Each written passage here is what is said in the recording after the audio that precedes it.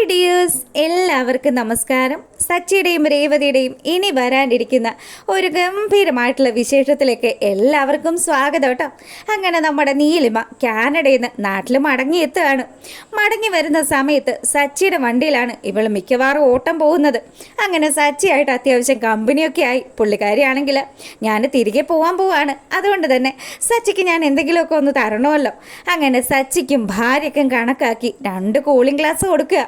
സച്ചി വലിയ കാര്യത്തിന് ഇത് കണ്ടോ രേവതി എന്ന് ചോദിച്ച് രേവതിയുടെ അടുത്ത് വന്നിട്ട് ഇവളോട് ഈ ഒരു കൂളിംഗ് ഗ്ലാസിൻ്റെ കഥയെപ്പറ്റി പറയുക. അല്ല സച്ചിയേട്ടാ, നല്ല ഭംഗിയുണ്ടല്ലോ, ഇതെവിടുന്നാ കിട്ടിയത്? നിന്നോട് ഞാൻ പറഞ്ഞില്ലേ കാനഡയിൽ നിന്ന് വന്ന ഒരു മേഡത്തിൻ്റെ കാര്യം. ആ മേഡം എനിക്ക് ഗിഫ്റ്റായിട്ട് തന്നതാ. എങ്ങനെയുണ്ട്? സച്ചിയേട്ടൻ വെച്ചപ്പോൾ സൂപ്പർ, ഞാൻ വെച്ചപ്പോൾ കൊള്ളില്ലല്ലോ. അങ്ങനെ ദേവു അവിടെ നിൽക്കുന്നുണ്ട്. അല്ല, നീ ആ മേഡത്തിനെ കണ്ടിട്ടില്ലല്ലോ.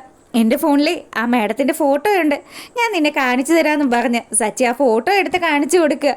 ഈ ഫോട്ടോ കണ്ടതും രേവതിയും ദേവും മുഖത്തോട് മുഖം നോക്കി. സച്ചിയേട്ടാ, ഇവൾ ആരാണെന്നാണ് പറഞ്ഞത്?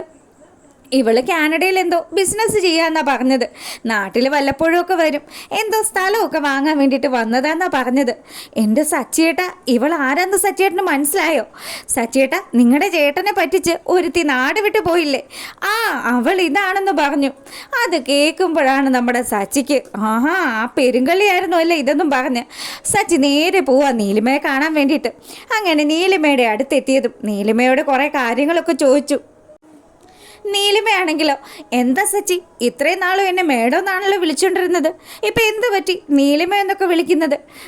അതൊക്കെ പറയാം, ആദ്യം നിങ്ങളിവിടെ വന്നിരിക്കുമെന്ന് പറഞ്ഞു. അവളെ അവിടെ പിടിച്ചിരുത്തിയതിന് ശേഷം, അല്ല നീ എങ്ങനെയാ കാനഡയിൽ പോയത്? അതെ സച്ചി, കുറച്ചുകൂടെ മര്യാദക്ക് സംസാരിക്കാം. ഞാൻ നിനക്ക് റെസ്പെക്റ്റ് തരുന്നുണ്ടല്ലോ, അതുപോലെ തന്നെ നീ എനിക്ക് തിരിച്ചും റെസ്പെക്റ്റ് തരണം. എൻ്റെ പൊന്നു മേഡം, നിങ്ങളെപ്പോലെയുള്ള ഒരുത്തിയെ റെസ്പെക്റ്റ് ചെയ്യേണ്ട കാര്യമൊന്നും എനിക്കില്ല. അതെ, നീ ആരാണെന്നും നീ എങ്ങനെയാണ് കാനഡയിൽ പോയതെന്നുമുള്ള സകല ഹിസ്റ്ററിയും നിൻ്റെ സകല ഡീറ്റെയിൽസും മനസ്സിലാക്കിയിട്ടാടി ഞാനിവിടെ വരുന്നത്. സത്യം പറയടി, എൻ്റെ അച്ഛൻ്റെ റിട്ടയർമെൻറ്റ് പണം നീ എൻ്റെ ഏട്ടനെ പറ്റിച്ച് കഴിക്കലാക്കിയില്ലേ, ആ പണം നീ ഈ നിമിഷം എനിക്ക് തിരിച്ചു തരണമെന്ന് സച്ചി പറയുക. ഇതിപ്പോൾ അങ്ങനെയാണല്ലേ? എന്തായാലും എൻ്റെ പൊന്നു മോനെ സച്ചി, നീ ആ മണ്ടൻ്റെ അനുജനാണെന്ന് എനിക്കറിയത്തില്ലായിരുന്നു. അവനൊരു പൊട്ടനാടാ, വെറും വിദ്യാഭ്യാസം മാത്രമേ ഉള്ളൂ. പിന്നെ അവൻ്റെ അച്ഛനെയും കൂടപ്പിറപ്പുങ്ങളെയൊക്കെ ചതിച്ചിട്ടാണല്ലോ ആ പണം എനിക്ക് തന്നത്. അതുകൊണ്ട് അവനെ പോലെയുള്ളൊരു പെരുങ്കള്ളനെ പറ്റിച്ചെങ്കിൽ എനിക്കതിൽ വലിയ മനസ്താപമൊന്നുമില്ല. പിന്നെ നീ ഇപ്പം എന്നോട് ചോദിക്കുന്നുണ്ടല്ലോ പണം തിരികെ തരാനായിട്ട്. ഞാൻ കഴിഞ്ഞ തവണ നാട്ടിൽ വന്ന സമയത്ത് അവനും അവൻ്റെ ഭാര്യയും കൂടി ചേർന്ന് പണം മുഴുവനും എൻ്റെ കയ്യിൽ നിന്ന് വാങ്ങിച്ചായിരുന്നു. അവൻ്റെ ഭാര്യ അവനേലും വലിയ കള്ളിയാണ്, അവൾ പലിശ സഹിതമാണ് എന്നോട് കാശ് മേടിച്ചതെന്ന് കൂടി നീലിമ പറയുക. നീലിമ പറയുന്ന കാര്യങ്ങളൊക്കെ കേട്ട് കഴിയുമ്പം നമ്മുടെ സച്ചി ശരിക്കും അങ്ങ് ഞെട്ടുക കേട്ടോ. സച്ചി പറഞ്ഞു, അതെ അങ്ങനെയാണെങ്കിൽ നീ വന്ന് എൻ്റെ വീട്ടിൽ വന്ന് ഈ കാര്യങ്ങൾ സമ്മതിക്കണമെന്ന് പറഞ്ഞു. അതിനെന്താ പ്രശ്നം, ഞാൻ വരാമല്ലോ. നിൻ്റെ അച്ഛനോടും അമ്മയോടും ഒക്കെ എല്ലാ കാര്യങ്ങളും ഞാൻ വന്ന് സംസാരിക്കാമെന്ന് നീലിമ വാക്ക് കൊടുക്കുക. സച്ചി ഈ വിവരങ്ങളൊക്കെ അറിഞ്ഞ സ്ഥിതിക്ക് നേരെ വീട്ടിലേക്ക് പോയിട്ട് എല്ലാവരെയും വിളിച്ചു കൂട്ടി. എല്ലാവരും ഇവിടെ വന്നേ, എനിക്ക് ചില കാര്യങ്ങളൊക്കെ സംസാരിക്കാനുണ്ട്. ശ്രുതിയും കൂടി ഇത്രയും കാലവും നമ്മളെയൊക്കെ ചതിക്കുമായിരുന്നു എന്നും പറഞ്ഞ് പതിവ് പോലെ തന്നെ അവൻ ആ വീട്ടിലൊരു പഞ്ചായത്ത് തന്നെ കൂടുക. ഈ സമയം ചന്ദ്രമതി വന്നിട്ട് പറഞ്ഞു, എൻ്റെ പൊന്ന് സച്ചി, നിനക്ക് വേറെ ഒരു പണിയില്ലേ?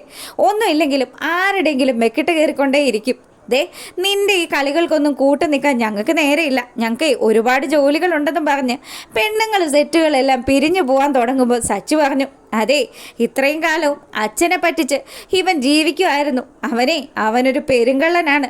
സകല സത്യങ്ങളും ഞാൻ കണ്ടെത്തിയതിന് ശേഷമാണ് ഇവിടെ വന്നിരിക്കുന്നത്. എന്തായാലും ഇവൻ്റെ എല്ലാ കളികളും ഇവൻ മാത്രമല്ല, ഈ പൗഡർ റാണി ഉണ്ടല്ലോ, ഈ നിൽക്കുന്ന ശ്രുതി, അവൾ ഇവനേലും വലിയ പെരുങ്കള്ളിയാണെന്നൊക്കെ പറഞ്ഞ് സച്ചി എല്ലാ കാര്യങ്ങളും പറയാൻ തുടങ്ങുക. അപ്പോൾ രവി വന്നിട്ട് പറഞ്ഞു, എന്തൊക്കെയാണ് സച്ചി, നീ എപ്പോഴും ഇങ്ങനെ പ്രശ്നങ്ങൾ ഉണ്ടാക്കല്ലേ? നീ എന്തിനാ ശ്രുതിയെ പിടിച്ച് വെച്ചിരിക്കുന്നത്? അച്ഛൻ കരുതുന്ന പോലെ ഇവനത്ര നല്ലവനൊന്നും അല്ല. ഇവൻ അച്ഛനെ പറ്റിച്ചു, ഈ വീട്ടുകാരെ മുഴുവനും പറ്റിച്ചു. അങ്ങനെ അവൻ ജീവിക്കുന്നത്.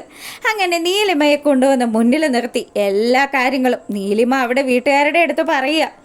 നമ്മുടെ നീലിമ പറയുന്ന കാര്യങ്ങളൊക്കെ കേട്ട് കഴിഞ്ഞപ്പോൾ ശ്രുതിയും പെട്ട് നിൽക്കുന്ന അവസ്ഥയിലായി. ഈശ്വര, ഇതെന്തൊക്കെയാണ് നടക്കുന്നത്? ഇവർ തങ്ങളിൽ ഇങ്ങനെ കണ്ടു എന്നുള്ള കാര്യം ആലോചിച്ചിട്ട് ശ്രുതിക്കാണെങ്കിൽ ഒരു എത്തും പിടിയും കിട്ടുന്നില്ല. അപ്പം നീലിമ പറഞ്ഞു, എൻ്റെ പൊന്നങ്കിളെ, ഞാൻ നിങ്ങളോട് ചെയ്തത് തെറ്റ് തന്നെയാണ്. പക്ഷേ ഉണ്ടല്ലോ, നിങ്ങളുടെ മകനുണ്ടല്ലോ, ഈ നിൽക്കുന്ന മന്ദബുദ്ധി, ഇവനെ വെറും പഠിപ്പ് മാത്രമേ ഉള്ളൂ, ഒരു കാര്യം ഇവൻ കറക്റ്റായിട്ട് ചെയ്യില്ല. ഇവനെക്കാട്ടിലും വെട്ടിയതാ നിങ്ങളുടെ മരുമോള്. അവളാണ് പലിശ സഹിതം പോലീസ് സ്റ്റേഷനിൽ വെച്ച് എന്നോട് ആ പൈസയൊക്കെ മേടിച്ചത്. എന്തായാലും ഈ കാര്യങ്ങളൊന്നും പറയാണ്ട് അവനും അവളും കൂടി ചേർന്ന് പുതിയൊരു ബിസിനസ് തുടങ്ങിയല്ലോ. ഈ കാര്യങ്ങൾ മുഴുവനും നീലിമ അവിടെ വെച്ച് അങ്ങ് വിശദീകരിക്കുമ്പോൾ ശ്രുതി നിന്ന് ഉരുകയാണ്. ശ്രുതിയാണെങ്കിൽ ഒന്നും അറിയാത്തവനെ പോലെ പൊട്ടം കളിച്ച് നിന്ന് നാടകം കളിക്കുമ്പം ചന്ദ്രമതിക്ക് അങ്ങ് ഇളകി. ചന്ദ്ര ഇങ്ങോട്ട് വരികയാണ്.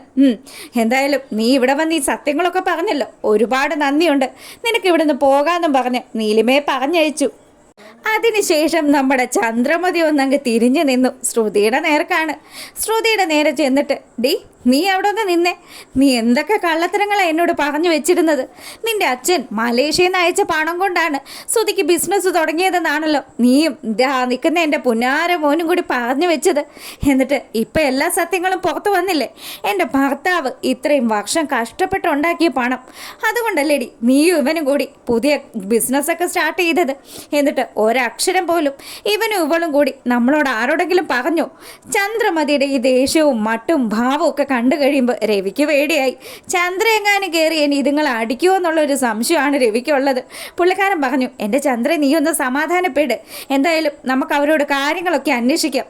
അത്രയും ലക്ഷം രൂപ കിട്ടിയിട്ട് ഇവറ്റകൾ ഒരക്ഷരം പോലും നമ്മളോട് ആരോടും മിണ്ടിയില്ലല്ലോ രവിയേട്ട. എന്നിട്ട് ഇത്രയും നാളും ഞാൻ ഇവളെ ഉണ്ടല്ലോ എൻ്റെ തലമണ്ടയിൽ എടുത്ത് വെച്ചിരിക്കുമായിരുന്നു. ഇവളെ കണ്ടുപഠിക്കുമെന്നും പറഞ്ഞ് ഞാൻ ആ രേവതിക്ക് സൗകര്യം പോലും കൊടുക്കില്ലായിരുന്നു. അവസാനം എല്ലാവരുടെയും മുന്നിൽ ഇവളെന്നെ നാണം കെടുത്തിയില്ലേ എന്നൊക്കെ പറഞ്ഞ് ചന്ദ്രമതി നിന്ന് വിറക്കാൻ തുടങ്ങി. ചന്ദ്രയുടെ ദേഷ്യവും ചന്ദ്രയുടെ ആ ഒരു ഭാവമൊക്കെ കണ്ടിട്ട് ശ്രുതിയാണെങ്കിൽ പേടിച്ച് വിറച്ച് നിൽക്കുക. സത്യം പറയടി, നിന്റെ അച്ഛൻ മലേഷ്യയിൽ നിന്ന് തന്ന പണം എവിടെയപ്പോൾ? അതിന് ആൻറ്റി എനിക്കൊരു തെറ്റ് പറ്റിപ്പോയതാ, എന്നോട് ക്ഷമിക്കണം ആൻറ്റി എന്നൊക്കെ പറഞ്ഞ് ശ്രുതി നിന്ന് ഉരുണ്ട് കളിക്കാൻ തുടങ്ങിയതും ചന്ദ്രമതിയുടെ സകല നിയന്ത്രണങ്ങളും വിട്ടു. നിക്കടി അസത്തെ, ഇത്രയും കാലവും എന്നെ പറ്റിക്കുകയായിരുന്നു അല്ലേ എന്നും പറഞ്ഞ് ചന്ദ്ര നമ്മുടെ ശ്രുതിയുടെ കാരണം നോക്കി 2-3 അടിയങ്ങ് വെച്ച് കൊടുത്തു. അമ്മായിയമ്മ ഇത്രയും സ്നേഹിച്ച് പൊന്നേ പാലേ എന്നൊക്കെ പറഞ്ഞ് വളർത്തിയ അമ്മായിയമ്മ ദാ നമ്മുടെ ശ്രുതിയെ എടുത്തിട്ട് അടിക്കുകയാണ് ഗൈസ്. എന്തായാലും ദാ നമ്മുടെ ശ്രുതി അടി കൊണ്ട് നിന്ന് കരച്ചിലോട് കരച്ചിൽ. ഇതൊക്കെ കണ്ടിട്ടാണെങ്കിലോ ഒരു പ്രാവശ്യം പോലും അമ്മ അവളെ അടിക്കരുതെന്ന് നമ്മുടെ ശ്രുതി വാഗൊണ്ട് പറഞ്ഞിട്ടില്ല. അങ്ങനെ എല്ലാവരും നോക്കി നിൽക്കെ പട്ടിയെ തല്ലുന്നത് പോലെ നമ്മുടെ ചന്ദ്രമതി ശ്രുതിയെ എടുത്തിട്ട് അടിക്കുക. ശ്രുതി അന്നേരം പറഞ്ഞു, ആൻറ്റി നിർത്ത ആൻറ്റി, ഇത്രയും നാളും ആൻറ്റിയുടെ മോന് വേണ്ടിയിട്ട് എന്തെങ്കിലും ഒരു കാര്യം ചെയ്തോ എന്ന് ചോദിക്കുക. അതുകൂടി കേട്ട് കഴിയുന്ന സമയത്ത് ചന്ദ്രയുടെ സകല നിയന്ത്രണങ്ങൾ വിട്ടു. എടി നീ എന്താ പറഞ്ഞു വരുന്നത്? ഞാൻ എൻ്റെ മകനെ ഇത്രയും വിദ്യാഭ്യാസം കൊടുത്ത് പഠിപ്പിച്ചു, അതൊക്കെ എന്താടി നിൻ്റെ കണ്ണിൽ കാഴ്ചകളൊന്നും അല്ലേ? എന്നിട്ട് അവളിപ്പം വന്നിട്ട് എൻ്റെ മകനെ അങ്ങ് നന്നാക്കിയിരിക്കുകയാണ്. ഞാൻ ഇത്രയും വർഷം എൻ്റെ മോന് വേണ്ടി ഒന്നും ചെയ്തില്ലെന്ന് വരെ ഇന്നലെ കയറി വന്ന് നീ ഇപ്പം പറയേണ്ട വല്ല ആവശ്യമുണ്ടോ എന്നൊക്കെ ചോദിച്ചു. ചന്ദ്രയാണെങ്കിൽ കട്ടക്കലിപ്പിൽ നിൽക്കുമ്പം 2-3 തവണ നമ്മുടെ രവി ചന്ദ്രയെ പിടിച്ചു മാറ്റാനൊക്കെ ശ്രമിക്കുന്നുണ്ട്. പക്ഷെ ചന്ദ്രമതി അടങ്ങുന്നില്ല. ശ്രുതി തല്ലുകൊണ്ട് റൂമിലേക്ക് പോകുന്നതൊക്കെയാണ് വിശേഷത്തിലുള്ളത്. ഇഷ്ടമായ ലൈക്ക്